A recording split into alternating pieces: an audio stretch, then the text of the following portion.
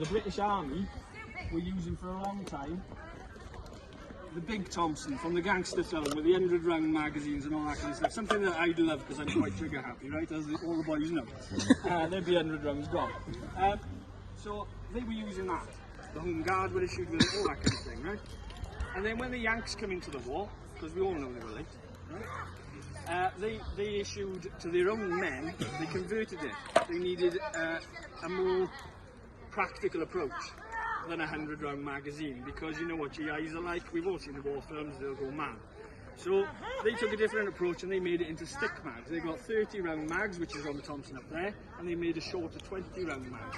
It was a rarity, you did see them in places like the Pacific, still using the drum mags because it was easier.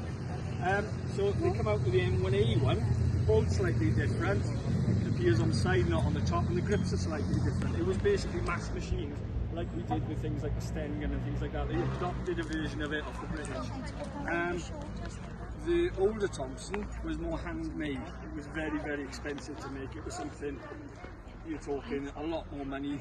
Even that Thompson there, to give you an idea how much it was, I believe it was the same price as a brand new car. You can go back under 10 if you want to, babe, if it's too hot. Okay, so we're going to give you a fire of that. Fire it!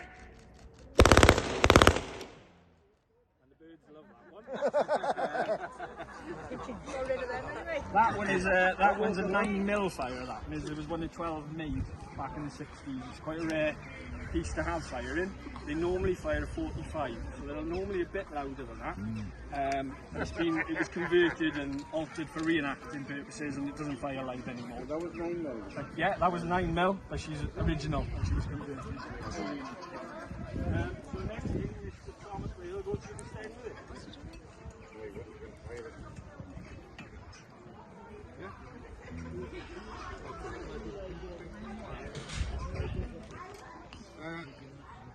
Sten Mark II. These are an honest weapon in that it is basically pressed and stamped metal, and as you can see, just welded in spots in areas they didn't even bother welding the whole way. It is a tube, it is a bolt, which is the only mill part, a spring, trigger assembly. This comes off, it doesn't make any blind bit of difference. We were paying, I think it was $213 on the Lend-Lease system for the Thompson, and these cost us $13 to make. So that's quality, and this is quantity. What's the best gun? The one that you can actually get on the battlefield. Yeah, there's not a lot to them, spit and sawdust. They're not the safest weapon in the world. In order to make it safe, here, you have to cock it, which is pretty crazy. By the same token, it fires 600 rounds a minute, and this charger goes back and forth at a rate of knots. If you hold it there, your finger's coming off. If you hold it there, your finger's coming off. So you basically hold it on the magazine without touching the magazine release. It really is a bit of a beast, and I'll pass it over to Gareth now just to let a few rounds off.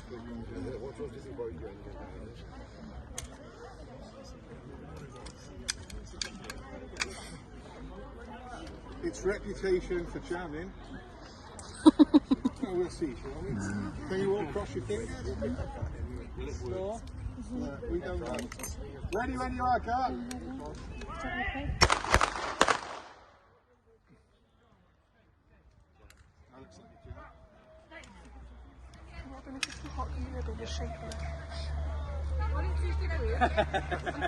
Took a free out of it.